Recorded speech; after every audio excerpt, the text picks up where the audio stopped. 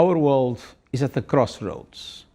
The COVID-19 pandemic, the climate crisis, and the expansion of digital technology into all areas of our lives have created new threats to human rights. Exclusion and discrimination are rampant, public space is shrinking, poverty and hunger are rising for the first time in decades, millions of children are missing out on their right to education, inequality is deepening, but we can choose a different path.